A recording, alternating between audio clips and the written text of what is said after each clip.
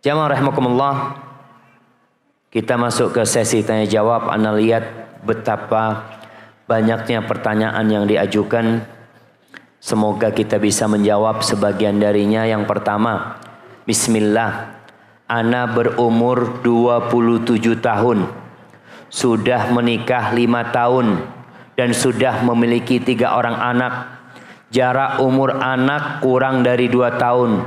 Suami ana ingin memiliki banyak anak, minimal 7 orang katanya. Mohon nasihatnya untuk ana Ustaz, agar bersenang hati dengan keinginan suami ana tersebut. Sekarang ana mengasuh ketiga anak seorang diri saat suami bekerja, tanpa bantuan pengasuh. Dan terkadang ana sering mengeluh terhadap keaktifan si anak. Syukron. Nasihat ana, anti sampaikan kepada suami, bang jangan 7 tapi 17. Nah, cuma sampaikan kepada suami, bang, namun banyak anak ini ada tanggung jawab mendidik mereka. Maka kita atur memiliki anak ini. Paling tidak sempurnakan masa susuan. Berapa tahun menyusu? 2 tahun. 2 tahun plus 9 bulan. Jadi hampir 3 tahun. Jarak tiap anak itu usahakan hampir 3 tahun. Karena itu akan memudahkan orang tuanya. Anak ketika menikah, anak bawa istri anak ke Madinah, nggak ada orang tua, nggak ada mertua, nggak ada pembantu. Gaji kita gajinya pembantu waktu itu. Kalau dikasihkan pembantu kita nggak makan apa-apa.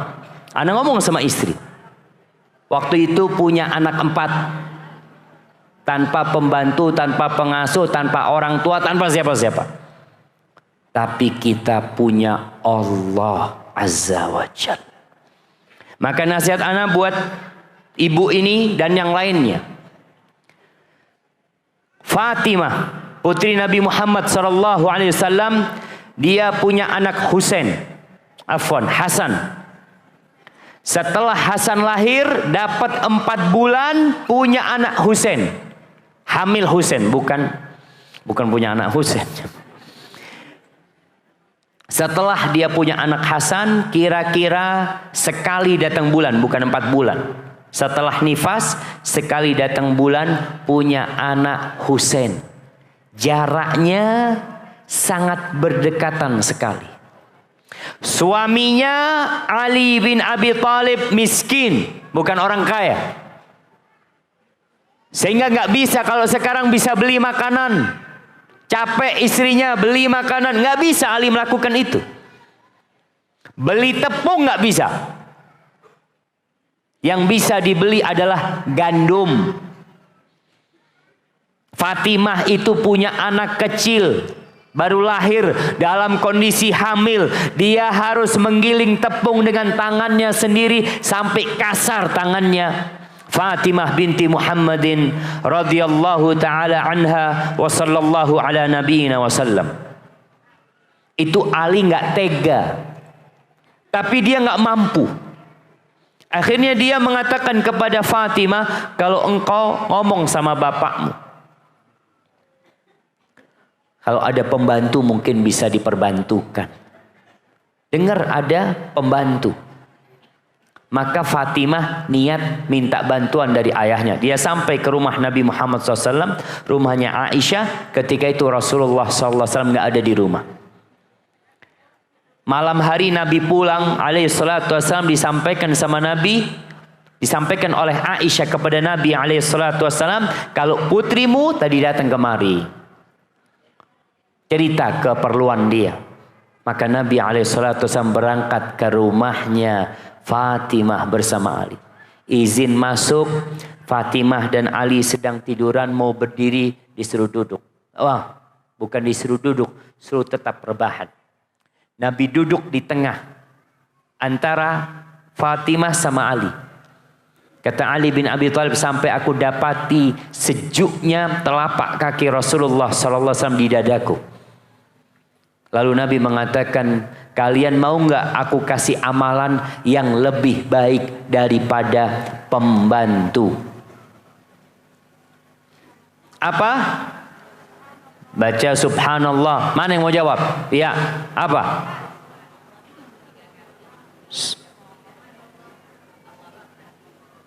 Tiga 34 kali Allahu Akbarnya. Nah, kasih hadiahnya yang sebelah sana. Subhanallah 33 kali. Alhamdulillah 33 kali. Allahu Akbar 34 kali. Kata Nabi SAW, itu lebih baik dari pembantu, bukan sama. Lebih baik. Maka tadi anti yang merasa capek, lelah, ingat sebelum tidur ngomong sama suaminya, bang, jangan lupa baca bang. Aku kerja sendirian di rumah. Abang juga baca. Supaya Allah kasih kekuatan pada kita. Dan kemudian apa yang terjadi, terima. Namun kalau bisa diatur kelahirannya. Dan bagi para wanita, jangan pernah berpikir suaminya enak-enakan, dia yang capek di rumah. Ada perempuan yang mengatakan, mas atau bang, lihat nih udah besar lagi perutnya, kamu enak-enakan. Kata suaminya, siapa yang enak-enakan? Sejak perut itu besar saya kepikiran harus bekerja lebih, harus ini itu. Melihat istrinya capek, suami sama-sama capek. Tapi capeknya seorang wanita ada nilai lebihnya. Allah tahu dengan kelelahan itu. Allah mengatakan, "Faman ya'mal mithqala dzarratin khairan yarah." Pasti didapat. Apa yang kita mau cari di dunia ini, jamaah? Perbanyak amalan. Dan hamil memperbanyak umat Nabi Muhammad SAW termasuk amal soleh. Barakallahu fikum.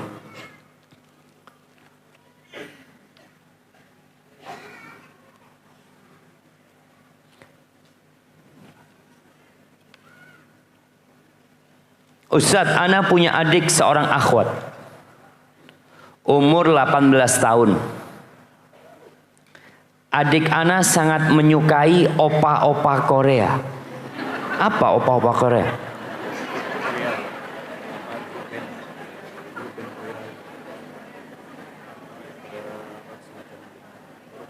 Grup musik.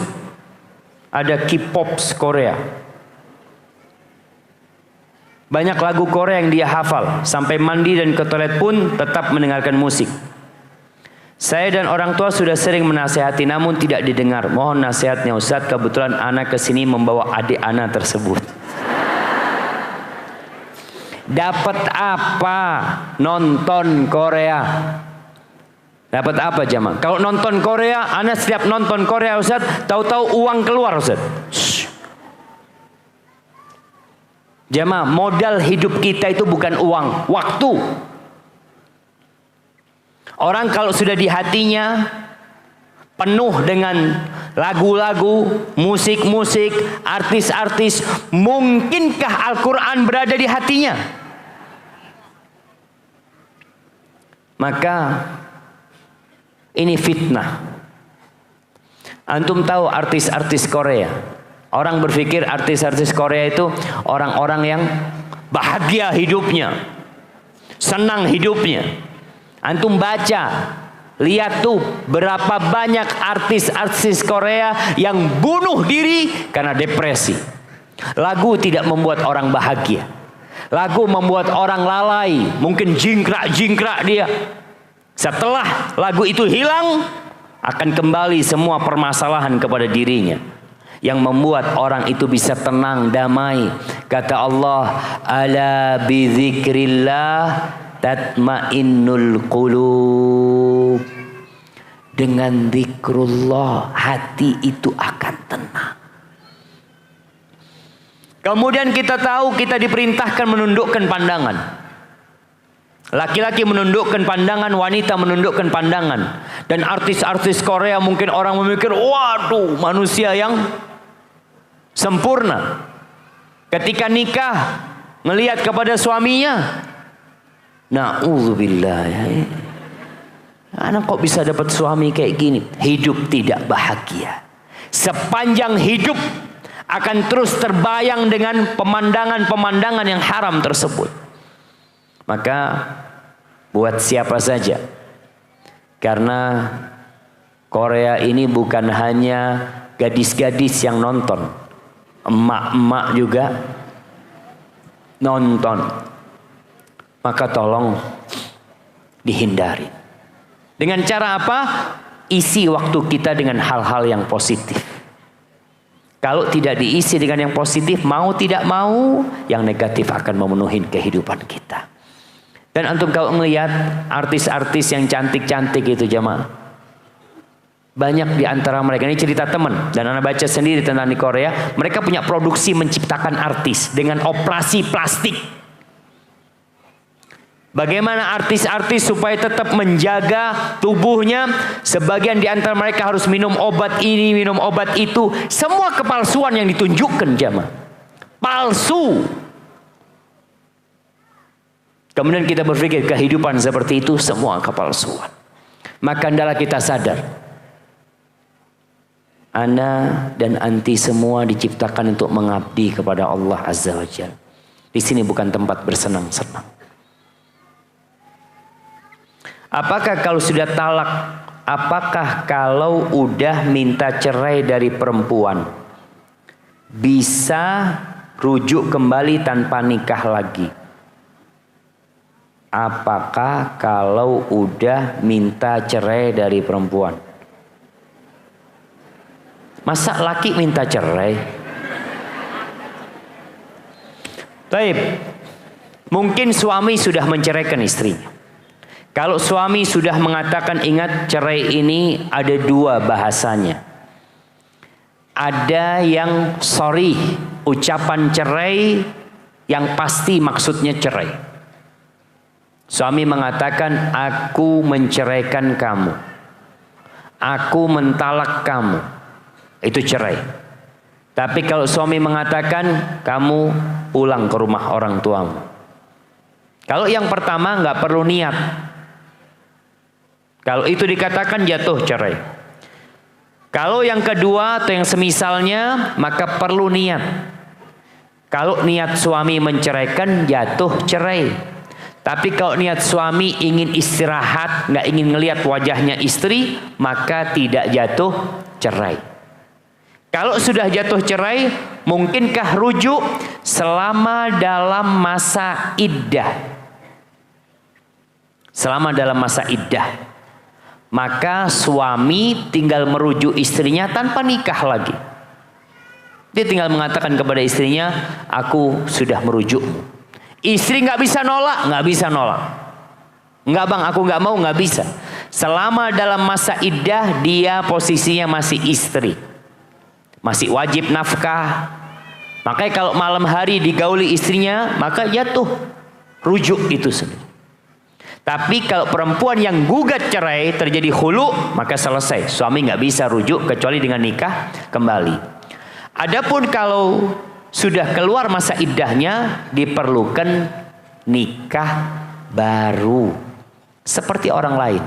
Melamar kembali, ada mahar, ada wali, dan ada dua saksi.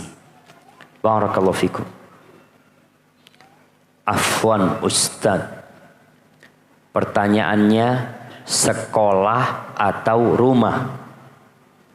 Masya Allah. Ustadz, bagaimana sistem pendidikan pada zaman Nabi atau zaman terbaik di masa lalu? Masalahnya sekarang banyak lembaga-lembaga yang mendirikan sekolah Islam, tetapi sepertinya proses belajar dan hasilnya kurang sesuai syariat. Jadi bagaimana sekolah yang ideal sesuai sunnah? Atau lebih baik di rumah sang ibu atau ayah yang mendidik anak-anaknya? Syukran katsir. Jamaah rahimakumullah. Kalau bicara sistem pendidikan itu berkembang di dunia Islam. Di Masjid Nabawi itu adalah Islamic Center. Semua kegiatan ngajar mengajar, rapat, Orang-orang penting negara menjamu tamu-tamu negara, tawanan perang pun, yang sakit dari sahabat, semuanya dilakukan di dalam masjid. Sampai sahabat-sahabat yang nggak punya rumah, tidurnya di mana? Di masjid. Setelah terjadi penyebaran Islam, mulailah ada banyak harta yang diterima umat Islam, sehingga semakin berkembang. Kalau dulu pengadilan ya di masjid, mulai dibikin ada tempat khusus untuk pengadilan, mulai dibikin tempat khusus untuk sekolah. Di masjid tetap ada sekolahan, halakoh-halakoh tetap ada. Perkembangan seperti itu jamaah. Al-Imam Syafi'i, bagaimana belajarnya Imam Syafi'i? Ibunya tidak memiliki kecukupan ilmu untuk mengajar Imam Syafi'i. Yang dilakukan ibu dicarikan sekolahan. Tapi di masa Imam Syafi'i, sekolahnya masih di masjid atau di rumah-rumah ulama. Jadi model sekolahnya itu ya dititipkan ke sini, tapi pulang ke rumah. Atau ada yang tempat asramanya, seperti pesantren modelnya. Dulu mungkin mereka kos-kosan di rumah. Seperti itu sistem pendidikan pada masa itu. Sehingga Imam Syafi'i, beliau menghafal Muwatta karena belajar ke Imam Malik. Ibunya itu dari Asqalan atau dari Gaza. Ibunya sama bapaknya tinggal di Gaza. Ketika Imam Syafi'i meninggal dunia, Imam Syafi'i ini dari Quraisy. Ibunya takut nasabnya hilang di sana, maka dia berangkat ke Mekah. Dari Mekah dibawa ke Madinah belajar. Jadi kalau dilihat apakah yang lebih baik sekolah formal atau non formal, kembali kepada kondisi orang tua. Di Bandung ada seorang mahasiswa termuda 2 tahun yang lalu, mahasiswa ITB termuda, umurnya 14 tahun. Dia nggak sekolah di sekolah formal. Dia mendapatkan pendidikan homeschooling dari orang tuanya. Cuma kadangkala ada kekurangan, ada kelebihannya. Anak-anak kalau cuma di rumah, kurang pergaulan. Usahakan pendidikan di rumah digabung plus masjid. Di rumah kajian umum mungkin, di masjid kajian Quran, jadi anak itu tetap berinteraksi. Karena sekolah-sekolah umum jamaah banyak mungkin ya pelajaran-pelajaran yang tidak terlalu penting sebenarnya. Buktinya yang masuk ujian nasional itu cuma berapa pelajaran? Hanya matematika, bahasa Indonesia, IPA, mungkin bahasa Inggris. Bas 4 pelajaran. Sisanya nggak masuk. Nanti tidak berpengaruh nanti untuk melanjutkan sekolah. Di rumah bisa dilakukan itu. Maka nasihat anak mana yang lebih baik tergantung kondisi orang tuanya. Dan sekarang sudah mulai dibuat homeschooling bersama. Jadi anak-anak itu tetap sekolah bersama di sana, ada teman-temannya. Kemudian dia juga bisa mendapatkan pelajaran yang maksimal. Hadza wallahu a'lam bishawab. Bagaimana pendapat Ustadz terhadap imunisasi? Apakah anak-anak Ustadz diimunisasi? Iya, diimunisasi. Anak-anak 4 lahir di Medina. Kalau nggak diimunisasi, kita nggak dapat akte kelahiran. Jadi bicara imunisasi jamaah, apabila bahannya itu halal, selesai, halal. Imunisasi ini seperti pengobatan. Apabila halal, maka jadi halal. Mungkin ada yang mengatakan nggak perlu imunisasi, nggak wajib imunisasi. Imunisasi itu memberikan imun kepada tubuh supaya anak itu tidak mudah terkena penyakit. Karena kita lihat sekarang banyaknya makanan-makanan yang kurang sehat yang dikonsumsi oleh anak-anak. Kalau antum mungkin berpikir, ibu-ibu berpikir, dulu Ustaz nggak ada imunisasi, sehat makannya, sehat. Anak-anak olahraga. Sekarang ibu-ibu yang sehat apanya? Jadi telunjuk sama jempol. Semuanya Mau ngambil air tinggal keluar airnya. Dulu pakai timba aja mah. Anak-anak itu sehat. Sebulan yang lalu kita ke kampung sama anak-anak. Anak dapat sumur yang masih dapat. Anak ngomong sama anak sini, ayo semuanya ambil air. Supaya mereka merasakan gimana, apalagi dalamnya 20 meter. Dia ngambil air. Seperti ini orang-orang dulu sehat. Sekarang makannya penyedap-penyedap semuanya. Sekarang kenapa orang minum minuman, apa istilahnya yang dikasih sayur-sayur minuman? Infus water. Dulu nenek-nenek kita pernah infus water, jemaah. Karena semua bumbunya itu udah sehat. Yang namanya jahe dipotongin, namanya lengkuas dipotongin, baru jadi itu mas. Sekarang udah instan, buka, krek, masukin. Jadi tuh bumbu rawon, mau bumbu gulai, bumbu apa udah jadi. Makanya kalau dikatakan imunisasi di masa sekarang kondisinya mungkin penting. Tapi ingat, apabila bahannya halal, silahkan. Tapi kalau enggak Ustaz, anak punya cara lain untuk membuat ketahanan dari tubuh anak-anak lebih kuat. Tafadhol. Silahkan. Karena dia akan berinteraksi dengan orang banyak. Jangan sampai dia terkena penyakit yang membuat orang lain kena penyakit gara-gara dia. Artinya kita perlu menjaga kebersamaan ini. Dikatakan kalau umpamanya yang diimunisasi 100 orang, 5 orang nggak diimunisasi, dia itu rawan potensi terkena penyakit tersebut umpamanya. Rawan potensi aja. Tapi kalau kekuat, insya Allah enggak jamaah. Hadza wallahu a'lam bissawab. Jadi kalau memang mungkin orang Ustaz, ana mau pakai habatus sauda, ana mau pakai madu, tafadhol silahkan. Tapi imunisasi selama itu halal, para ulama telah memberikan fatwa. Apabila imunisasi itu halal, ya halal jadinya. Semacam pengobatan jamaah untuk mencegah sebelum datangnya penyakit. Bagaimana cara mengendalikan nafsu cinta dunia bagi akhwat, bagi seorang wanita? Kalau bicara cinta dunia ini penyakit. Tapi sesuatu yang sudah ditanamkan di diri kita. Allah Azza wa Jalla mengatakan wa tuhibbunal mala hubban jamma. Kalian cinta sama harta tuh cinta mati. Apa yang harus kita lakukan untuk mengontrol cinta ini?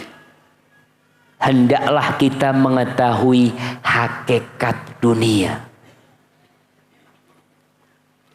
Kalau kita tahu jamaah ada sebuah barang kita kasih, ini tas banyak di depan ini, ada yang mahal, ada yang aspal, ada yang palsu, ada yang KW-nya macem-macem gitu kan.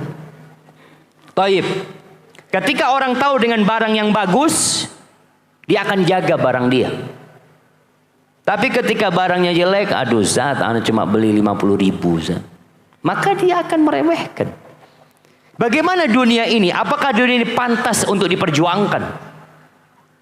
Pernah Rasulullah Sallallahu Alaihi Wasallam bertanya kepada sahabatnya, Dhahak namanya, ya Dhahak, ma ta'amuka? Dhahak, apa makananmu? Dulu nggak ada tempe, nggak ada tahu. Maka Dhahak mengatakan,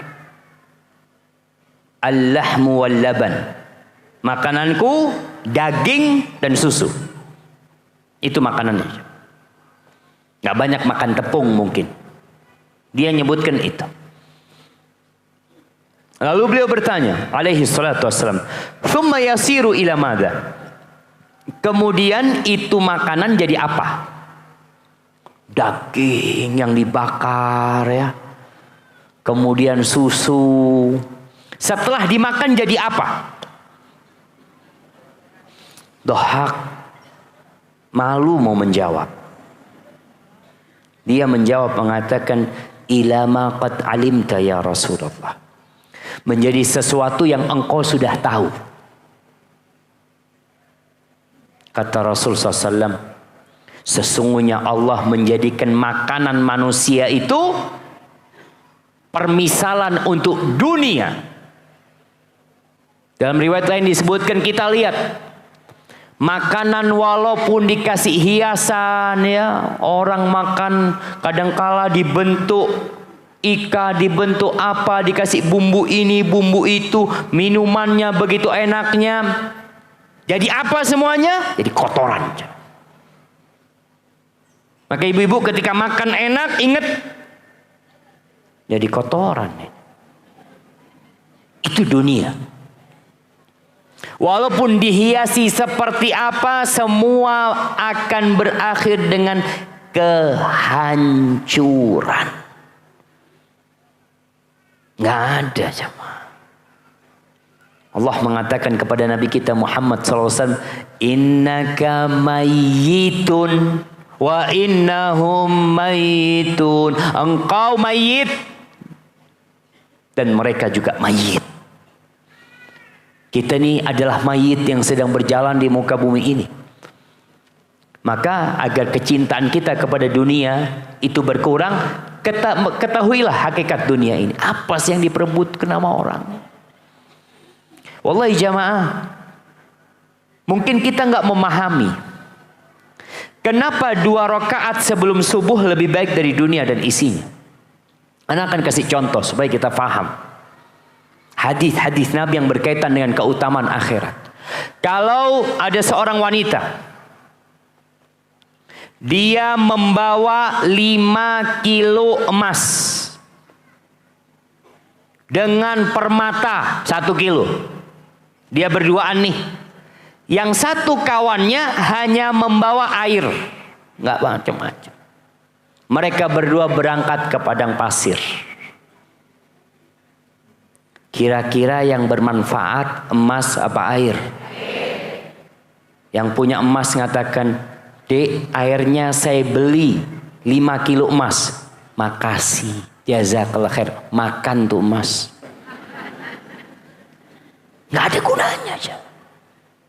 Makanya dikatakan pada hari akhir itu, yauma la yanfa'u malun wala banun. Pada hari tidak berguna, harta nggak ada gunanya. Anak-anak laki-laki yang diharapkan membantu orang tuanya nggak manfaat. Illa man atallaha biqalbin salim. Kecuali yang datang menjumpai Allah dengan hati yang selamat dari penyakit-penyakit. Selamat dari kesyirikan, selamat dari ketergantungan kepada selain Allah, selamat dari doa kepada selain Allah, selamat dari semua penyakit hati, hasad, iri, dengki. Kemudian ziarah kubur. Ibu-ibu tidak dianjurkan sering-sering ziarah kubur. Sebagian ulama bahkan ada yang mengharamkan wanita ziarah kubur. Nah, tapi pendapat yang lebih kuat, ziarah kubur boleh buat wanita untuk mengingat mati.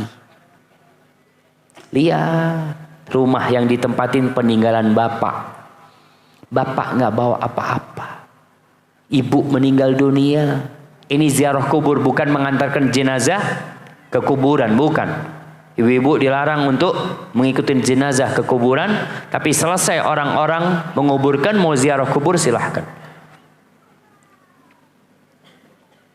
Apakah hukum orang tua yang memaksakan kehendaknya kepada anak padahal bertentangan dengan syariat Islam? Para orang tua, ingat, anak-anak itu wajib berbakti sama orang tuanya, kecuali dalam satu kondisi. Nabi SAW mengatakan, la ta'ata li makhluqin fi ma'siyatil khaliq. Tidak boleh taat kepada makhluk kalau urusannya berbuat maksiat kepada Allah Azza wa Jalla. Anak nggak boleh taat sama orang tuanya kalau orang tuanya nyuruh berbuat maksiat. Orang tua mengatakan durhaka anaknya, nah, silahkan, yang penting jangan durhaka sama Allah Azza wa Jalla. Ini kedurhakaan yang diridhai Allah Azza wa Jalla. Makanya Allah katakan wa in jahadaka ala an tusyrika bi ma laysa laka bihi ilm fala tuti'huma. Kalau kedua orang tuamu memaksamu untuk melakukan kesyirikan yang kau nggak punya ilmu atas apa yang diperintahkan orang tua, fala tuti'huma, jangan taati keduanya. Nggak boleh taat, bukan disuruh taat, nggak boleh taat kalau urusannya maksiat. Tapi kalau urusannya ketaatan, anak harus taat sama orang tuanya. Kata Rasul sallallahu alaihi wasallam, ati' walidaik wa in amaraka an takhruja min dunya. Taati kedua orang tuamu walaupun keduanya memerintahkanmu untuk keluar dari duniamu. Harus taat. Anaknya merantau di Jakarta, ibunya telepon. Anaknya sukses di Jakarta, jadi manajer di sana, ibunya telepon, nak pulang ya nak, ibu kok kangen sama engkau nak. Ibu afwan, anak sedang kerja ini itu. Tinggalkan semua. Makan apa di Bukit Tinggi? Yang ngasih rizki kepadamu di Jakarta, dia yang ngasih rizki kepadamu di Bukit Tinggi. Tapi kalau urusannya maksiat sama Allah, nggak boleh taat. Barakallahu fikum. Ana izin mau minum, jemaah.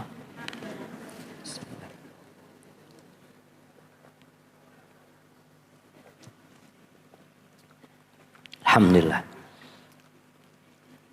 Ustadz, kalau suami udah meninggal dunia, terus kita menikah lagi, apakah benar tidak akan bertemu di akhirat sama suami yang pertama?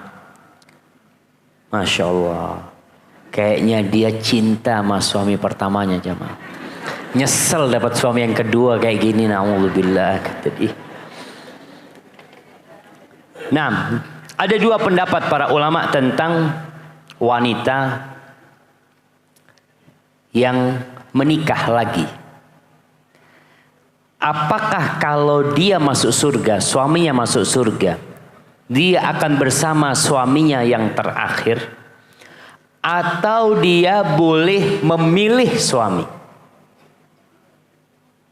Pamannya dia menikah 2 kali. Ternyata suami yang kedua nih, ya rada-rada kurang baik lah. Dia ingin dengan suaminya yang pertama. Bolehkah dia nanti di sana milih suami pertama? Pendapat yang lebih kuat, dia akan bersama suaminya yang terakhir.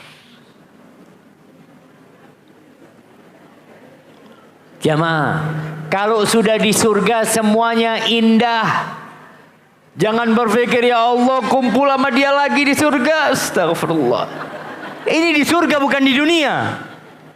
Makanya kita lihat kenapa istri-istri Nabi itu nggak boleh dinikahi setelah Nabi meninggal dunia. Karena mereka akan menjadi istri Nabi di surga. Jadi kalau sudah masuk surga jangan kebayang, ya Allah anak udah capek ketemu dia di dunia, ketemu di surga lagi. Allah mengatakan wa fiha ma tashtahihil anfus wa taladzul a'yun wa antum fiha khalidun. Dan di surga sana ada segala sesuatu yang diinginkan oleh jiwamu. Kelezatan yang dipandang oleh mata kalian kekal selama-lamanya di sana. Tapi di surga ada berkunjung, ada ziarah, ada. Jadi tetap nanti di sana orang tua ziarah ke anaknya, anaknya berangkat ke orang tuanya, kerabat di antara mereka sohib ke sohibnya. Pokoknya semua keindahan ada di surga Allah Azza wa Jalla. Barakallahu fikum. Semoga Allah SWT selalu melindungi Ustadz. Amin ya Allah. Kenapa SWT jemaah? Tulis yang lengkap. Subhanahu wa ta'ala. Yang mau saya tanyakan, saya sudah berumah tangga selama 10 tahun. Alhamdulillah. Tapi pikiran saya selalu ingat mantan pacar saya, Ustaz. Saya takut Allah adab dengan dosa yang saya perbuat. Apakah saya perlu diruqyah Ustaz? Jazakumullah khairan. Jamaah, ada penyakit namanya isyik. Isyik itu penyakit cinta, apa ya? Cinta gila aja. Apa namanya? Kasmaran. Oh. Cinta yang udah mendalam sampai hatinya, yang membuat orang itu kadang-kala gila. Dia tidak mau menikah kecuali dengan orang itu. Bahkan ketika dia menikah dengan lelaki lain, tetap yang dia pikirkan lelaki yang dulu. Padahal tuh laki udah kawin gak mikirin dia. Emangnya dia pikir laki-laki itu masih memikirkan dia? Sudah selesai. Dan ini terjadi. Maka apa yang harus dilakukan seorang wanita tatkala terkena penyakit ini? Istighfar. Minta ampun sama Allah Azza wa Jalla. Minta bantuan Allah agar dihilangkan. Karena kita tahu pandangan mata itu anak panah iblis yang beracun. Ini racunnya udah sampai ke dalam jantung sudah. Lihatlah suamimu. Berbaktilah sama dia. Jangan sampai seperti Majnun Laila. Tahu kisahnya Majnun Laila? Majnun ini Qais namanya. Nggak disetujui dia nikah sama Laila. Akhirnya dia berangkat. Laila nikah sama orang lain. Diikutin terus sama Majnun ini semua. Sampai rumah tempat tinggalnya Laila, kampungnya Laila yang sudah ditinggal, dia ciumin tembok-temboknya aja. Kata orang gila, ini orang gila nih. Ini orang gila. Kata Majnun, engkau bilang aku gila.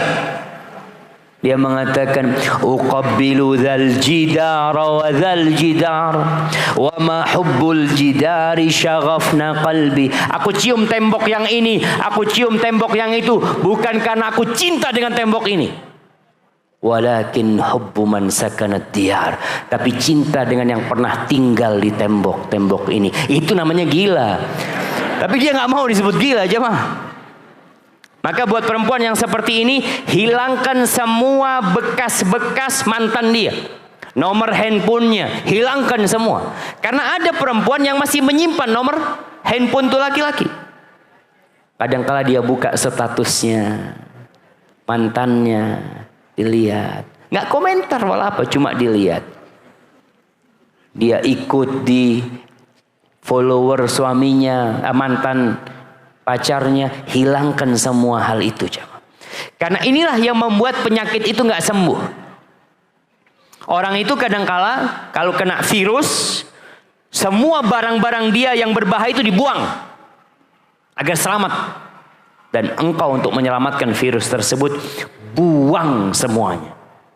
Jangan cari-cari mantan Facebooknya, IG-nya nggak ada, nomor handphonenya nggak ada. Engkau hidup sekarang bersama suamimu, berbakti sama dia, dan minta supaya diganti cinta itu kepada suaminya. Bisa, jemaah. Allah mengatakan, wa min ayatihi an khalaqalakum min anfusikum azwaja litaskunu ilaiha wa ja'ala bainakum mawaddatan wa rahmah. Di antara tanda-tanda kebesaran Allah, Allah menjadikan pasangan hidup kalian, menciptakan pasangan hidup kalian dari diri kalian sendiri. Agar kalian condong, tentram, damai kepada pasanganmu. Wa ja'ala bainakum mawaddatan wa rahmah. Dan Allah menjadikan di antara kalian cinta dan kasih sayang. Jadi dalam Islam itu bagaimana menumbuhkan cinta dan kasih sayang sebelum menikah, sesudah menikah. Tapi cinta yang tumbuh sebelum menikah berbahaya. Berapa banyak orang-orang yang berpacaran selama 4 tahun, ada yang pacaran 6 tahun, ada yang pacaran 7 tahun, menikah 6 hari cerai, 2 bulan cerai. Bayangkan cintanya 6 tahun, setelah menikah hanya sisa 6 hari. Makanya sampai ada sebuah istilah di barat itu, Malam pernikahan itu malam penguburan cinta. Malam penguburan cinta. Makanya kenapa banyak orang-orang nggak nikah, kumpul kebo. Dia punya pacar. Soalnya kalau menikah nanti hilang cintanya, kata mereka. Na'udzubillah min dzalik. Maka kita rubah. Malam pernikahan adalah malam penyemian cinta. Ketika itu cinta disiramin. Kasih sayang ditumbuhkan. Barakallahu fikum. Assalamualaikum Ustaz. Ini Masya Allah. Anak minum dulu kalau baca ini jamaah.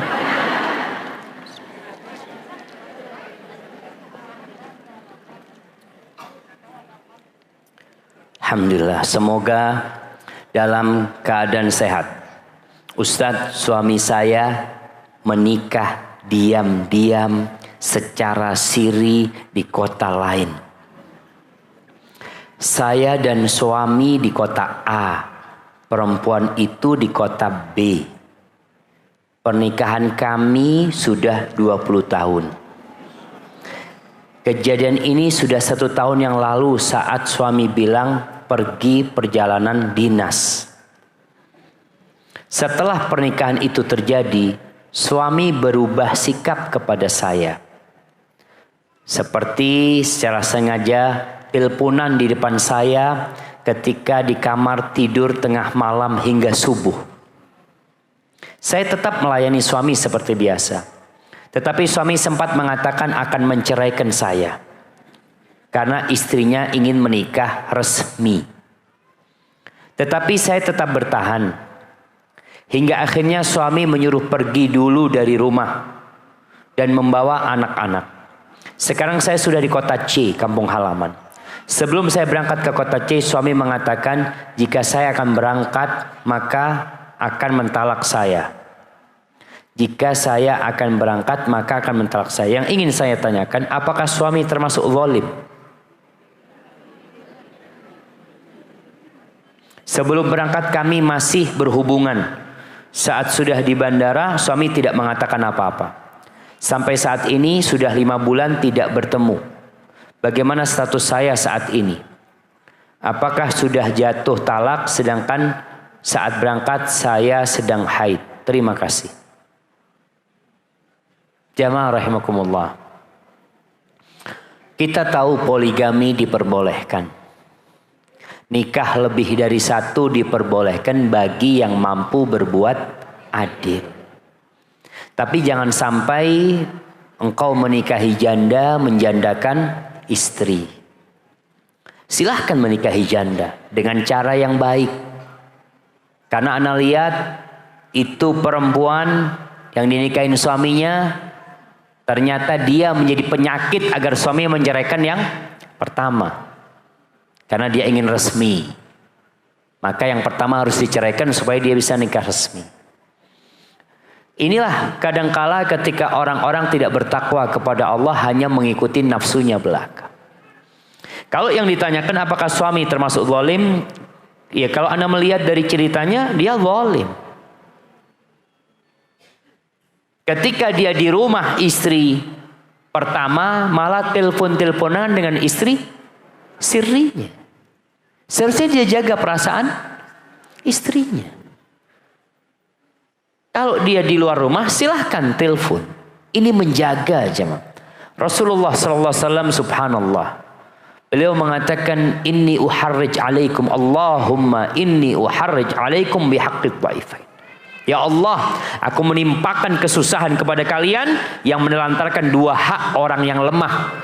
Yang pertama wanita, yang kedua anak yatim. Kalau dikatakan sebelum berangkat kami masih berjima. Dan saat sudah di bandara sudah tidak mengatakan apa-apa. Maka dilihat tadi. Apakah suami memang dia mengatakan jika saya akan berangkat maka akan mentalak saya. Ini masih akan mentalak. Belum mentalak. Masih keinginan. Nanti. Tapi ternyata dia nggak jadi mentalak. Artinya kata istri dia tidak mengatakan apa-apa. Sehingga menurut ana belum terjadi talak. Yang ketiga, sampai saat ini sudah 5 bulan tidak bertemu.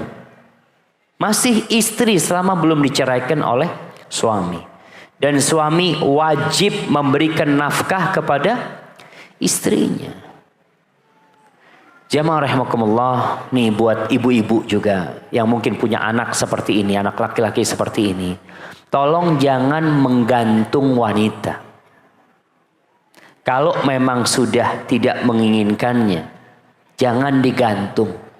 Dia seperti nggak punya suami tapi masih posisinya sebagai istri orang.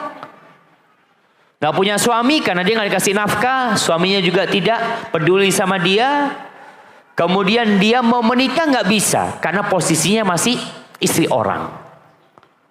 Maka wallahu a'lam bishawab. Kalau seperti yang ditanyakan, yang ana pahami tetap istri. Dan kondisi suami nikah lagi yang mungkin buat sebagian wanita beban, sabar. Nggak ada kunci lain. Ada seorang wanita yang sampai stres. Ada anaknya cerita sama ana, Ustadz, ana punya ibu itu, ya sakit jiwanya Ustadz. Sekarang sudah di kamar saja. Udah 7 tahun mungkin. Karena tahu bapak kawin lagi. Kemudian kondisi ibu Ustadz, sholat nggak mau. Jadi sudah. Apa penyebabnya? Tidak menerima dengan takdir Allah Azza wa Jalla. Mungkin pedih buat dia. Ada orang yang harus dipotong kakinya. Dipotong kakinya, diamputasi. Tapi kalau dia nggak mau dipotong kakinya, dia akan hidup menderita. Setelah dipotong kakinya, kemudian dia masih mengeluh, ya Allah sekarang nggak punya kaki, ini itu, hidup menderita. Tapi tatkala dia menerima takdir Allah Azza wa Jal, mengatakan inna lillahi wa inna ilaihi raji'un, Allahumma ajurni fi musibati wa akhlif li khairan minhu. Tenang hidupnya. Maka buat para wanita yang mendapatkan masalah seperti ini, usahakan tenang menerima hal itu. Kalaupun sedang marah, tahan emosinya, ingat bahwa takdir Allah itu indah. Allah mengatakan wa asa an takrahu syai'an wa huwa khairul lakum wa asa an tuhibbu syai'an wa huwa syarrul lakum wallahu ya'lamu wa antum la ta'lamun. Bisa jadi yang kalian benci itu baik buat kalian, dan bisa jadi yang kalian sukai itu buruk buat kalian. Allah tahu dan kalian nggak tahu. Itu harus kita pegang, jemaah. Sesuatu yang tidak kita sukai ternyata bisa mendatangkan sesuatu yang kita cintai. Dan sebaliknya, sesuatu yang kita cintai bisa berbalik mendatangkan sesuatu yang buruk buat kita. Mungkin buat wanita, suaminya kawin lagi buruk buat dia. Tapi dia cari hikmahnya. Jamaah, hidup ini cuma sekali. Hidup itu hanya sekali. Jangan sampai kita gagal dalam kehidupan ini melewatin ujian-ujian Allah. Barakallahu fikum. Assalamualaikum Ustaz. Waalaikumsalam. Alhamdulillah, ini pertama ana bisa hadir kajian Ustaz. Semoga Allah Ta'ala berkahi. Semoga Allah Ta'ala senantiasa menjaga Ustaz dan kita semua. Amin. Ana berstatus seorang anak yang qadarullah masih belum berkeluarga. Qadarullah orang tua ana belum sepenuhnya mengenal sunnah. Bisa dikatakan minim agama.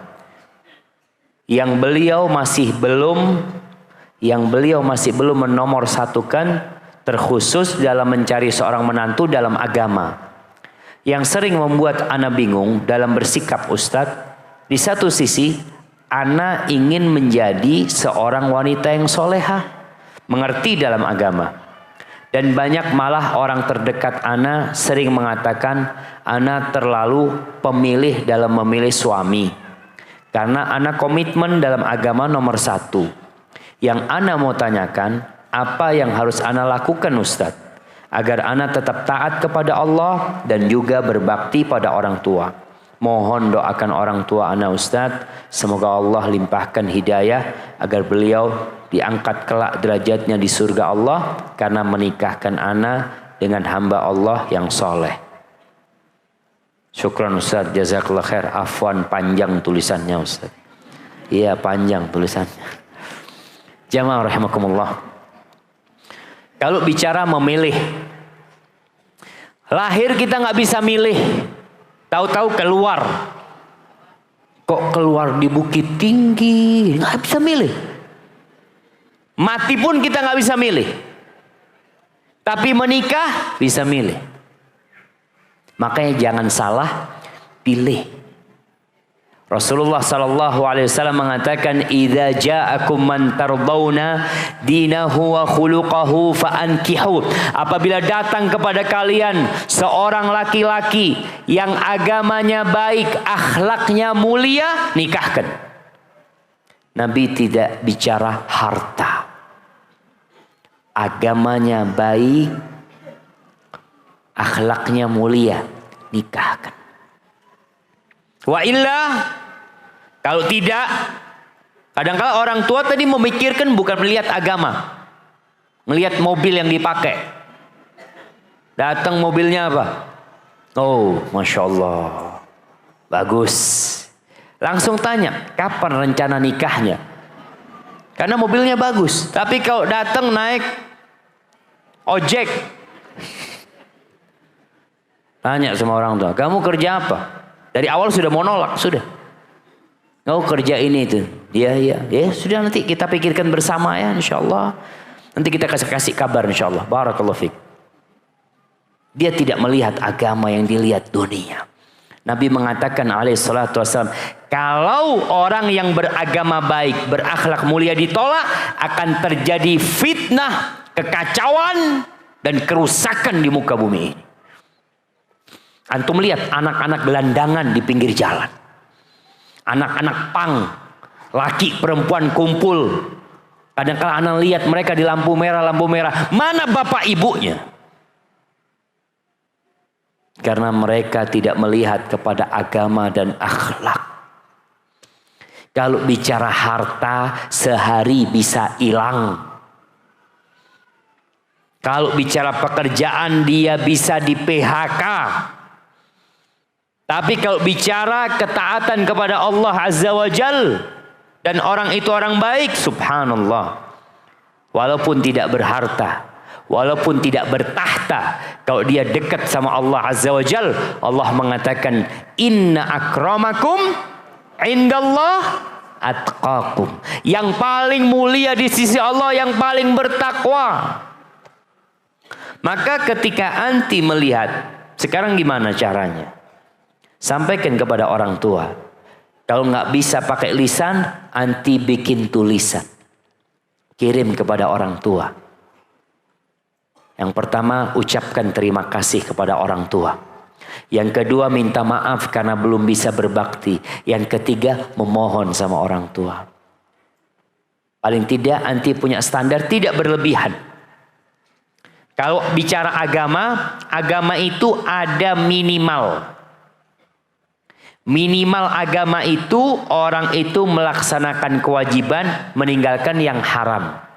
Itu minimal. Dikatakan orang ini agamanya baik, minimal dia melaksanakan kewajiban, meninggalkan yang haram. Kalau bicara akhlak juga seperti itu.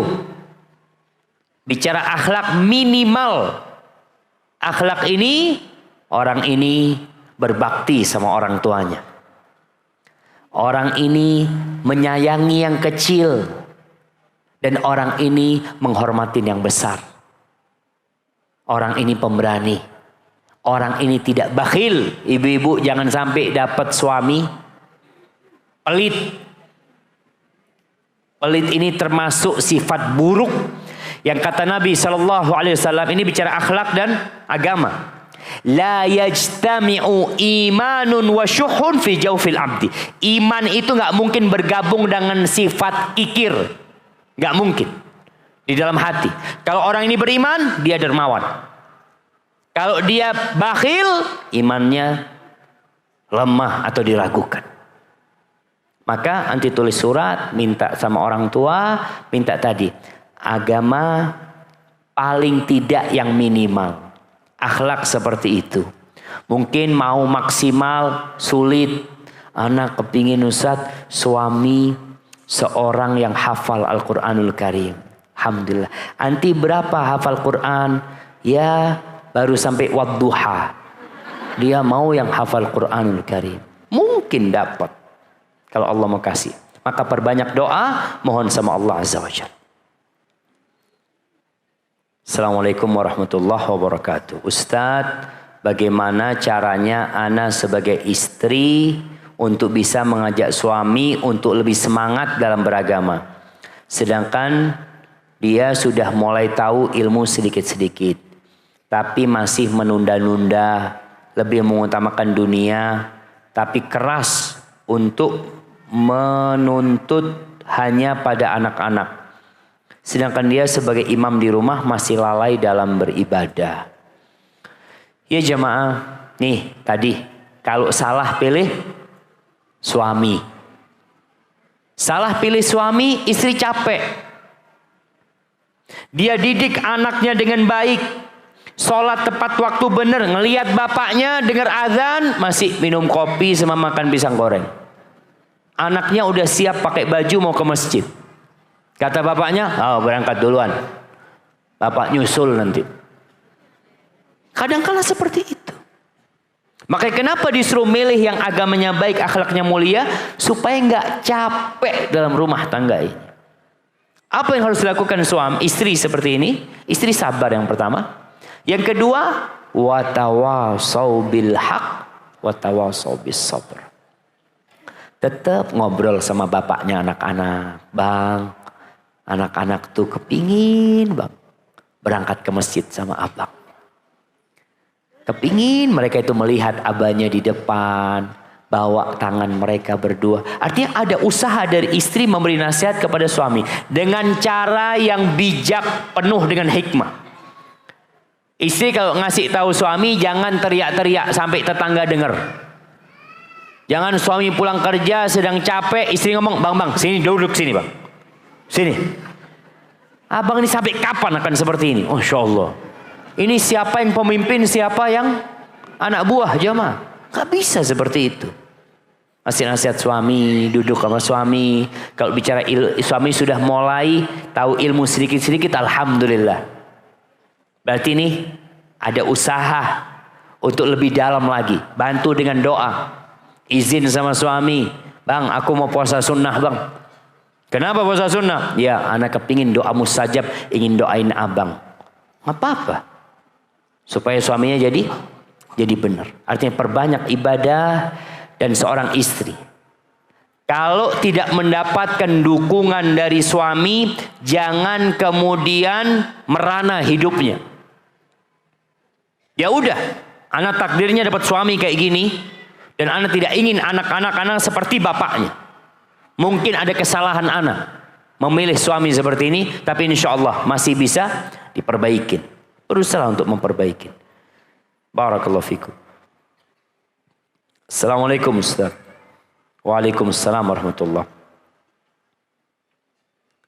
Saya baru saja baca postingan di medsos bahwa di tahun 2020 tanggal 25 Januari hari Imlek, 25 Maret hari raya Nyepi, 25 Mei hari raya Idul Fitri. Kapan? Idul Fitri itu 1 Syawal. Dari mana antum tahu? Kita nggak bisa tahu jamaah. Nggak bisa tahu kita kapan kita berpuasa kecuali melihat hilal. Dan kita juga nggak tahu kapan Idul Fitri kecuali melihat hilal. Yang kata Nabi SAW, sumu li ru'yatihi wa aftiru li ru'yatihi. Hendaklah kalian puasa ketika melihat rembulan, berbuka ketika melihat hilal. Tapi Anda baca lagi, nggak tahu apa yang mau ditanyakan. 25 Desember hari raya Natal. Ya kalau Natal 25 Desember nggak pernah berubah. Seperti itu. Dikaitkan dengan Al-Quran. Surat Al-Furqan, surat 25, ayat ke-25, yang artinya langit akan terbelah, kemudian akan mengeluarkan asap, malaikat akan turun secara bergelombang. Saya mohon penjelasannya Ustaz. Nggak usah dijelasin. Ini namanya spesialis baru, namanya ilmu cocoklogi. Nggak usah. Kalender umat Islam adalah kalender Hijriah. Nabi SAW tidak pernah kenal dengan yang namanya kalender Masehi. Al-Quranul Karim turun dengan kalender Hijriah yang pakai rembulan. Yang kata Allah Azza wa Jal, inna iddatas syuhuri indallah 12 syahran fi kitabillah. Sesungguhnya hitungan bulan, nggak ada Maret ya, nggak ada Mei, Juni, nggak ada. Sesungguhnya hitungan bulan di sisi Allah itu ada 12 bulan sejak penciptaan langit dan bumi. Itu tertulis di Lauhul Mahfuz. Minha arba'atun hurum. Di antara 12 bulan itu ada 4 bulan haram. Siapa yang menyebutkan 4 bulan haram? Dzulqa'dah, Muharram, Dzulhijjah, Rajab. Masya Allah. Yang hafal ini emak-emak, nenek-nenek, yang muda-muda nggak hafal kayaknya mah. Yang hafal Imlek sama ini pertanyaannya, Imlek apa Nyepi. Jadi ingat, semua agama, semua peradaban itu memiliki kalender. Dan kalender ini salah satu bukti eksistensi sebuah peradaban. Sejak kapan ada Imlek di Indonesia? Menjadi liburan nasional. Zaman Pak Harto ada? Zaman Bung Karno? Zaman Gus Dur. Iya. Itu menunjukkan eksistensi mereka. Mereka ada.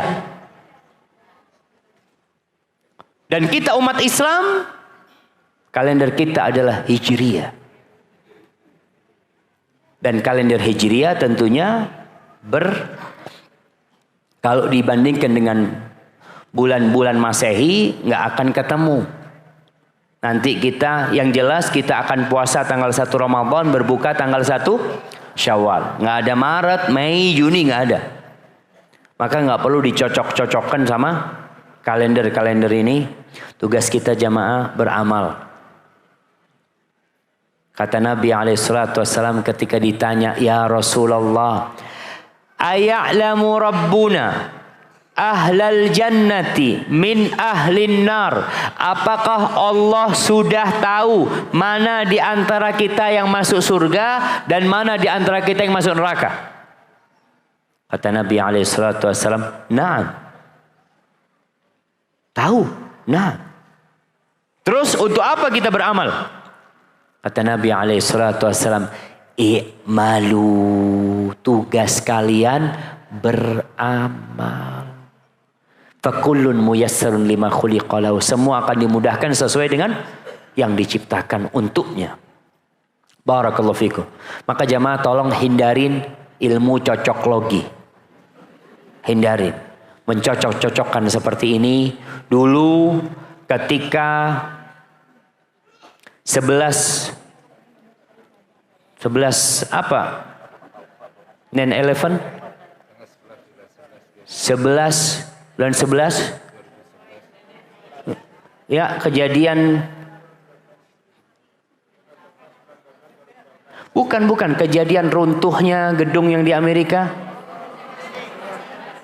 11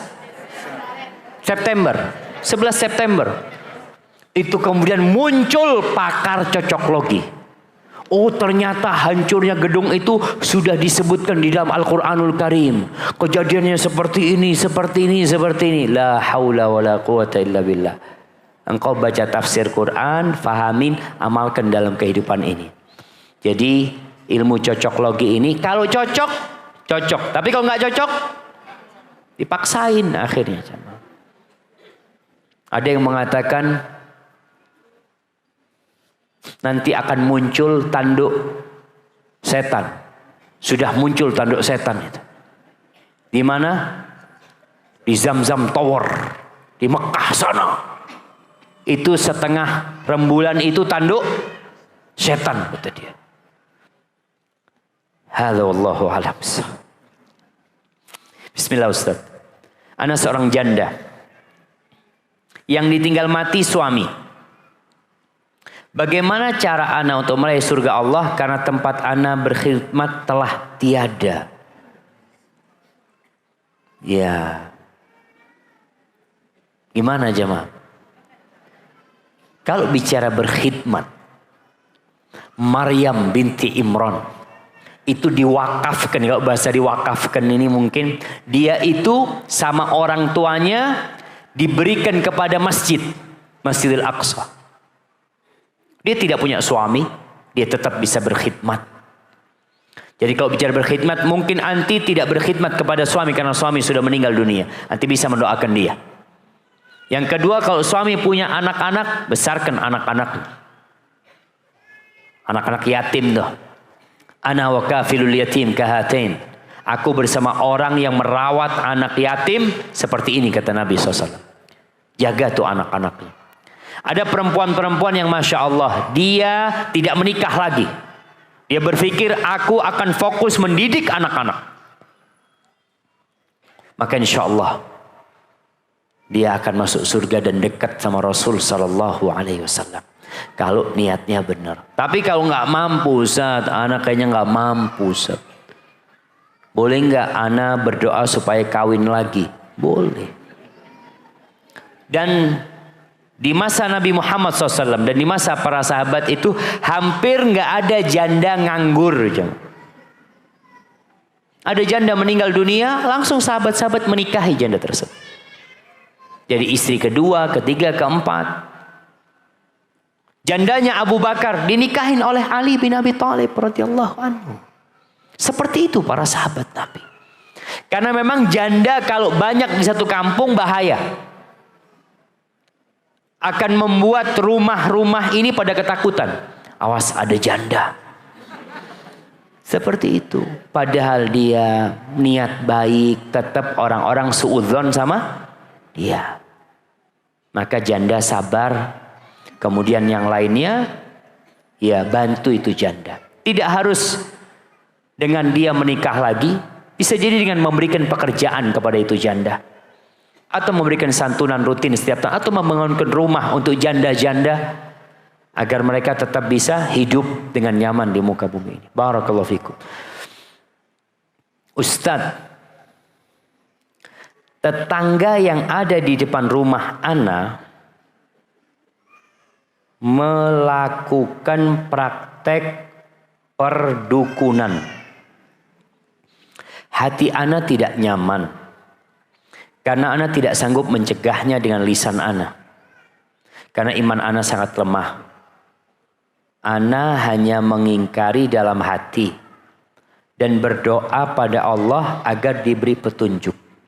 Apakah ana masih berdosa, Ustaz? Ahibati fillah. Mengingkari kemungkaran itu memang ada tingkatan-tingkatannya. Yang pertama dengan tangan. Buat orang yang punya kekuasaan dan punya kemampuan.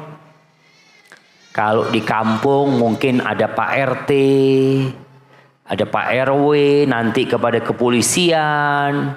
Atau kalau orang tua dia punya kekuasaan kepada anaknya, dia mampu merubah dengan tangannya. Kalau nggak mampu, maka berpindah dengan lisannya. Nggak mampu dengan lisannya, mengingkari dengan hatinya. Kondisi sekarang ini, apakah yang disebutkan oleh perempuan ini, memang dia kemampuannya hanya di hati? Atau dia mampu dengan lisannya? Mungkin dia tidak bisa dengan lisannya sendiri, pakai lisannya orang lain. Salah satu ghibah, salah satu menyebutkan keburukan orang yang diperbolehkan adalah dalam rangka mengingkari kemungkaran tersebut. Kita laporan, Anda nggak bisa nasihat, ada orang yang mungkin lebih didengar oleh masyarakat. Anda sampaikan, Pak, di depan rumah Anda ada tetangga yang seperti ini. Tolong di cross check lebih dahulu. Tolong dilihat dan dikasih nasihat. Mungkin mereka bisa memberikan nasihat. Pak RT mungkin bisa memberikan nasihat. Nggak bisa, siapalah tokoh di masyarakat yang bisa memberikan nasihat. Karena jamaah kadangkala ada kemungkaran terjadi setelah besar, baru ketahuan orang. Seperti tempat-tempat mesum, tempat-tempat prostitusi. Itu ada orang tahu tapi didiamkan. Udah 2 tahun yang lalu anak tahu sih. Tapi setelah rame baru dibongkar. Padahal kita bisa menyelesaikannya ketika kecil. Dengan cara apa? Laporkan. Kita menjaga negeri ini nggak bisa hanya polisi. Berapa jumlah polisi sih? Di setiap kampung itu ada satu namanya Babinsa. Babin Kaptipmas. Hanya satu. Penduduknya berapa di sana? Jadi semua rakyat Indonesia harus saling membantu untuk menjaga negeri ini. Salah satunya dari praktek-praktek pendukungan, tempat-tempat prostitusi, tempat-tempat kemaksiatan, tempat-tempat kesyirikan. Bagaimana kita menjaga negeri ini supaya azab Allah nggak turun? Maka ini tugas kita. Tolong anti laporkan kalau ada kelihatan di tempat itu tempat perjudian. Sekarang alhamdulillah pihak kepolisian ini menerima SMS laporan. Nanti ditindaklanjuti apa tidak, ya sudah, tugas kita sudah selesai. Ana sudah menyampaikan. Barakallahu fikum. Masya Allah, bismillah.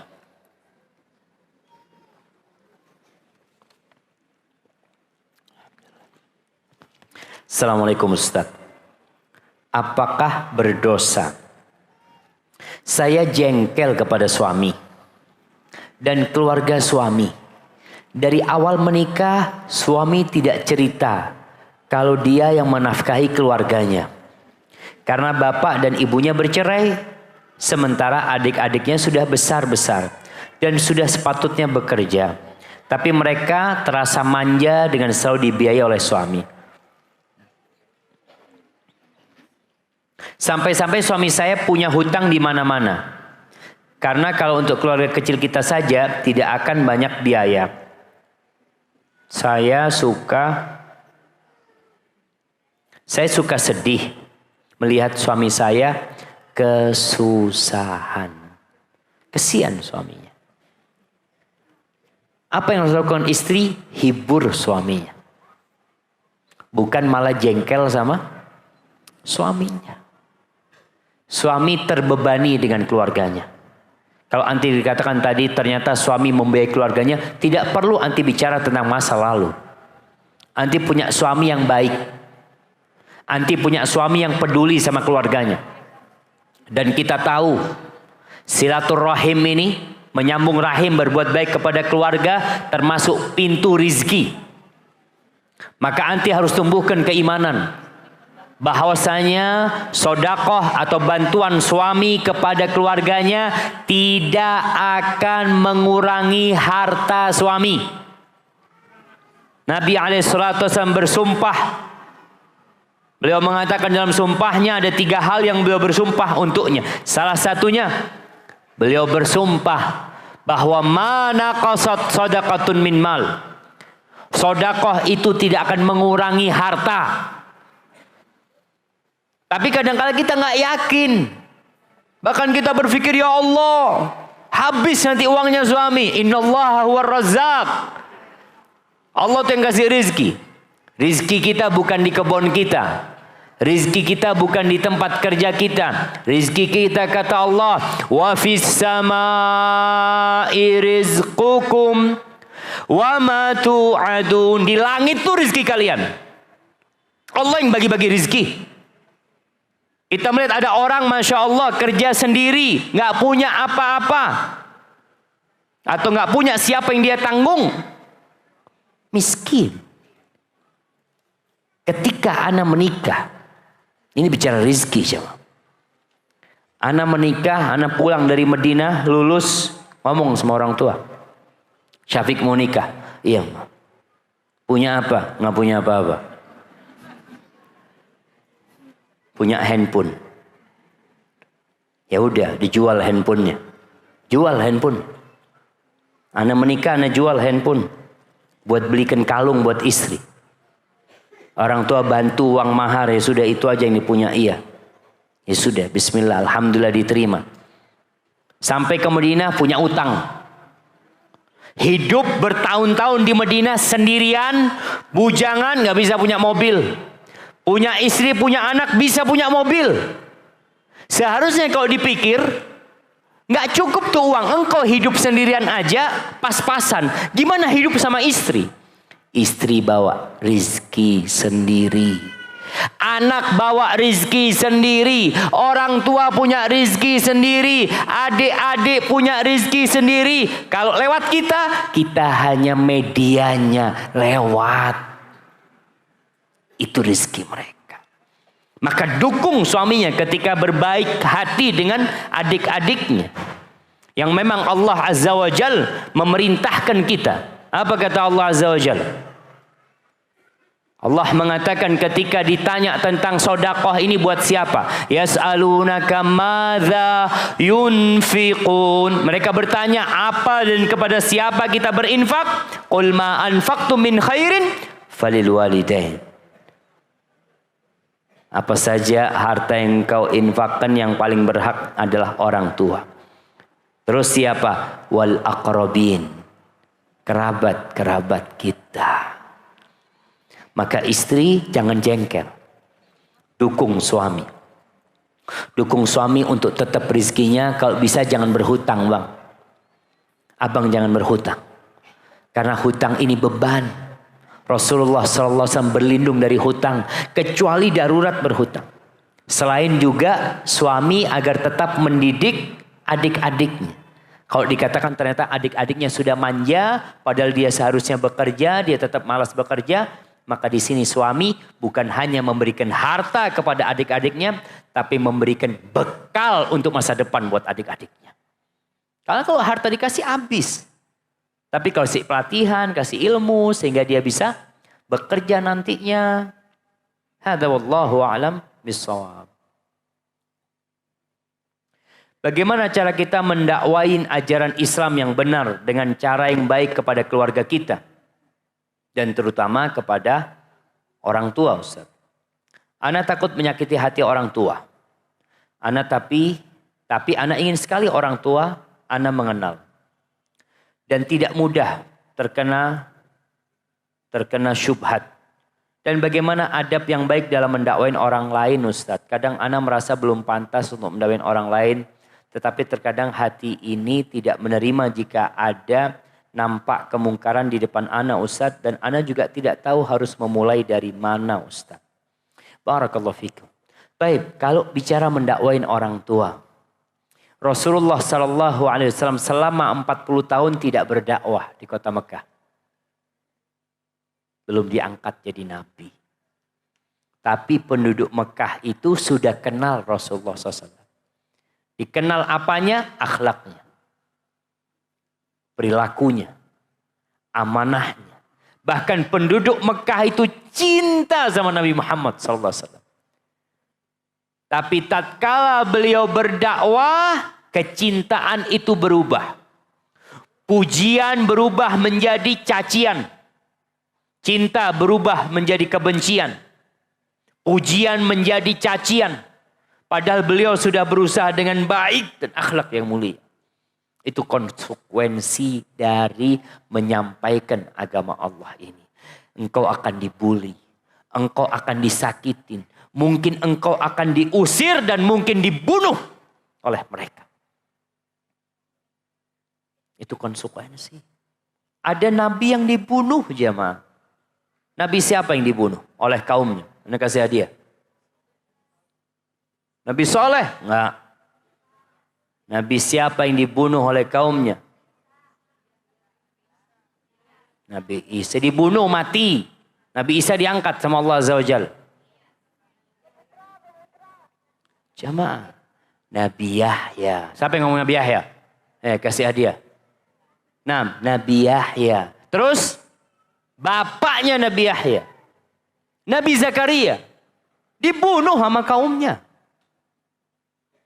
Maka tolong tatkala kita berdakwah sama orang tua, kita udah tahu tuh konsekuensi itu. Maka kita harus menggunakan cara yang paling indah. Cara yang paling indah. Dengan cara apa? memulai dakwah dengan bertahap. Tahapan yang pertama, memperbaiki keimanan. Tauhidnya diperbaikin. Ajak orang tua umpamanya baca tafsir juz amma. Duduk sama orang tua. Ayah kalau ada waktu mungkin ayah bisa baca, kita dengerin ayah. Jadi biar bapak yang baca. Anak-anak yang dengerin. Hari ini ayah mungkin baca tafsir surat An-Nas. Baca. Besok baca tafsir Al-Falaq. Besok baca tafsir Al-Ikhlas. Seperti itu. Artinya dudukkan orang tua sebagai guru. Cuma kan orang tua tadi nggak beragama, jauh dari agama. Mungkin caranya memang biar orang tua yang membaca. Kita ingin dengar dari ayah. Ini penting. Kemudian apabila mengingkari sebuah kemungkaran yang dilakukan orang tua, tolong adab dan etikanya. Sampaikan ayah, mohon maaf ayah. Ayah yang membesarkan aku, ayah sebutkan kebaikan ayah. Aku ingin menyampaikan sesuatu, moga ayah gak marah. Ini tanda cinta aku sama ayah. Sampaikan. Ayah marah ya tetap marah. Kadangkala. Nabi Ibrahim bapaknya marah gak? Marah, diusir Nabi Ibrahim sama bapaknya. Mau dilemparin batu sama bapaknya. Anaknya dibakar, bapaknya ikut bakar Ibrahim alaihissalam. Itu konsekuensi. Maka sabar. Yang ketiga, doakan orang tuanya. Abu Hurairah itu punya ibu yang kafir. Kafir ibunya. Ibunya ini kadangkala suka mencaci, suka mengatakan ucapan-ucapan yang buruk tentang Nabi Muhammad SAW. Suatu hari lagi di rumah, ibunya ngomong gak enak. Apa yang terjadi? Abu Hurairah keluar dari rumah, beliau langsung menyumpahin Rasul. Ya Rasulullah, ud'ullaha li ummi Abi Hurairah. Rasulullah, mohon doakan, mintakan sama Allah buat ibunya Abu Hurairah. Lalu Rasulullah SAW berdoa mengatakan, Allahumma hdi umma Abi Hurairah. Ya Allah, berikan hidayah kepada ibunya Abu Hurairah. Berikan hidayah kepada ibunya Abi Hurairah. Masya Allah. Abu Hurairah pulang dari tempat Nabi SAW. Mau masuk ke rumahnya. Sama ibunya dilarang. Hurairah tunggu dulu. Ibunya sedang mandi. Rumah orang dulu jemaah. Tidak seperti rumah sekarang. Selesai ibunya mandi, Abu Hurairah masuk. Kata ibunya. Ashhadu an la ilaha illallah. Wa ashhadu anna Muhammad Rasulullah. Itu kekuatan doa. Allah yang membolak-balikkan hati manusia. Maka tatkala mendapatin keluarga orang terdekat jauh dari sunnah Rasul sallallahu alaihi wasallam, bahkan bergelimang dengan kemaksiatan dan dosa, doakan. Tunjukkan akhlak mulia. Tunjukkan engkau semakin berbakti kepada orang tua. Orang tua mungkin gak suka sama engkau, tapi engkau tetap tunjukkan, ayah nih, keridoan Allah itu bergantung sama keridoan ayah. Aku harus berbakti sama ayah. Tunjukkan kebaktian sama orang tua. Barakallahu fikum. Pertanyaan ana Ustadz, bagaimana cara menghilangkan trauma pada psikis anak-anak yang pernah mengalami pelecehan dari temannya di tempat belajar tahfidz? Sampai sekarang anak-anak cuma selalu mengingat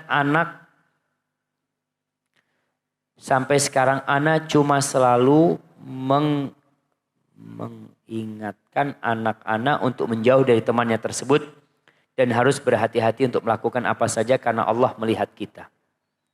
Anak-anak baru berumur 9 tahun. Nah, jamaah, kadangkala memang kalau anak itu dilecehkan, dibully, sehingga anak itu jadi nggak betah di tempat itu. Maka perlu ada jaminan keamanan dari dia. Yang pertama, tumbuhkan keimanan kepada Allah Azza wa Jalla. Allah yang jaga. Jagalah Allah, Allah akan menjagamu. Itu yang ditumbuhkan di hati anak kita. Kemudian yang kedua, kalau memang anak kita masih bermasalah di tempat itu, pindah sekolah. Gak apa-apa. Tapi perlu dikuatkan hatinya Karena pindah sekolah pun mungkin dia akan menjumpai hal seperti itu. Itu terjadi. Ketika anak di pesantren, Masya Allah. Dulu pesantren zaman dulu itu masih pesantren bengkelnya orang rusak. Jadi orang tua kalau anaknya bandel diancam di mana? Pesantren. Bandel masuk pesantren. Enggak. Nurut sudah. Jadi akhirnya kumpul di pesantren ini anak-anak bandel. Anak masuk pesantren itu ada yang minum. Subhanallah. Ada yang enggak sholat. Itu zaman dulu. Tapi sekarang pesantren Masya Allah. Tempatnya orang-orang baik. Artinya orang tua Masya Allah ingin anaknya baik. Kondisi teman-teman yang suka membuli itu tetap ada dan itu ujian. Makanya Rasul SAW mengatakan alladzi yukhalitun nas. Orang yang berbaur dengan masyarakat. Wa yasbir ala adahum dan sabar disakiti mereka, diganggu mereka, khairun minalladzi la yukhalitun nas wa la yasbir ala adahum. Lebih baik daripada orang yang tidak berbaur dengan masyarakat dan gak sabar kalau disakiti. Maka tumbuhkan di hati anak untuk bersabar, untuk kuat. Masukkan anaknya ikut karate, ikut pencak silat atau apa. Agar fisik dia kuat dan punya semangat yang kuat. Dia punya teman-teman baru lagi di sana. Maka perlu orang tua melakukan hal seperti itu. Untuk menguatkan anaknya sambil diajarin kalau berangkat sekolah baca doa. Sehingga dia merasa dalam penjagaan Allah Azza wa Jalla. Barakallahu fikum. Manakah yang lebih utama menikah muda atau menuntut ilmu bagi wanita? Jamaah menuntut ilmu tidak bertentangan dengan menikah. Yang tanya ini coba lihat nih. Ini emak-emak udah tua-tua masih nuntut ilmu. Padahal udah ada cucunya. Ini pertanda menikah tidak bertentangan dengan menuntut ilmu. Engkau menikah makanya cari suami kalau bisa yang alim. Jadi belajar ilmu sama siapa? Suaminya. Selesai. Dan urusan ilmu jamaah. Ilmu yang harus ditekankan adalah ilmu agama. Perempuan apalagi. Kadangkala orang tuanya sibuk memikirkan anaknya dengan ilmu dunia. Supaya nanti bisa bekerja. Nanti ini perempuan kalau menikah. Siapa yang kasih nafkah? Suaminya. Apa mau dirubah? Istri yang bekerja, suami tinggal dapat duit dari istri. Mana dapat gaji? Apa mau seperti itu? Enggak. Ar-rijalu qawwamuna 'alan nisa. Laki-laki lah pemimpin. Maka orang tua ketika menyekolahkan anaknya juga, jangan berpikir anaknya untuk bekerja. Tapi bagaimana anaknya punya ilmu, punya skill. Bagaimana dia nanti bisa menjadi istri yang baik, bisa membantu suaminya. Bagaimana bisa menjadi ibu yang teladan. Itu yang dipikirkan orang tua. Karena sejatinya negeri ini separuhnya wanita. Separuhnya laki-laki. Kalau separuh negeri ini perempuannya nggak mau kerja. Mendidik anak-anak. Membesarkan mereka dengan baiknya. Separuhnya lagi akan rusak. Ketika semuanya sama-sama mencari dunia. Siapa yang mempersiapkan generasi masa depan? Bapak-bapak nggak mampu. Anda ngelihat ada guru TK bapak-bapak. Itu kalau guru TK bapak-bapak tutup itu. Nah, enggak mampu laki-laki untuk itu. Barakallahu fikum. Pertanyaan terakhir ini. Masya Allah. Baik jamaah, karena kita mau Jumatan ini menjadi pertanyaan terakhir. Assalamualaikum Ustaz. Ana mau tanya. Dulu Ana pernah menitipkan anak sama ibu Ana. Ibu menawarkan untuk menjaga anak. Dan Ana pun butuh beliau untuk menitipkan anak-anak. Namun sekarang anak sangat menyesal. Ana ingat dosa besar yang Ana lakukan dengan menitipkan anak pada beliau. Walaupun dia ikhlas. Bagaimana cara Ana tobat dari dosa besar yang telah Ana lakukan? Sebenarnya kalau dikatakan menitipkan anak itu dosa besar. Enggak. Kecuali orang tua terbebani. Di sini banyak anak membebani orang tuanya, menyusahkan orang tuanya. Subhanallah, ini ibu udah capek membesarkan dirimu. Sampai engkau besar, sampai engkau menikah. Setelah engkau punya anak, dikasih lagi anak kecil, ibumu suruh merawatnya. Ini perbuatan yang kurang etis, jemaah. Walaupun kadang-kala orang tua mengatakan, iya nggak apa-apa nak, nggak apa-apa nak. Itulah cinta seorang ibu. Direpotin anaknya tetap bilang nggak apa-apa. Tapi kita yang harus tahu diri. Maka yang harus anti lakukan, minta maaf sama ibu. Kalau ternyata merepotkan ibu selama ini. Ana masih ingat, Ana punya abah cerita. Dulu ketika sudah punya anak, Ana sama kakak Ana, dan ada beberapa sepupu Ana, paman-paman dan ayah ini mau menitipkan anaknya kepada nenek. Karena mereka mau liburan. Ini mau berdua kemanten baru semua, sudah punya anak. Mau berdua, anaknya titipkan sama neneknya. Mau berangkat nih semua. Sama kakeknya dipanggil. Sini semua. Itu hasil karyamu, bawa semuanya. Engkau mau bikin capek punya ibu, kata dia. Bawa tuh. Ini terjadi. Dan subhanallah. Dan anak punya kakek, dulu masih pakai bahasa Minang. Ketika ngasih tahu anak-anaknya. Jadi ya agak keras-keras dikit lah bahasanya. Tapi barakallahu fikum. Maka buat yang bertanya ini, hendaklah minta maaf sama orang tua. Gantikan apa yang sudah terjadi dengan engkau semakin berbakti sama orang tua. Barakallahu fikum.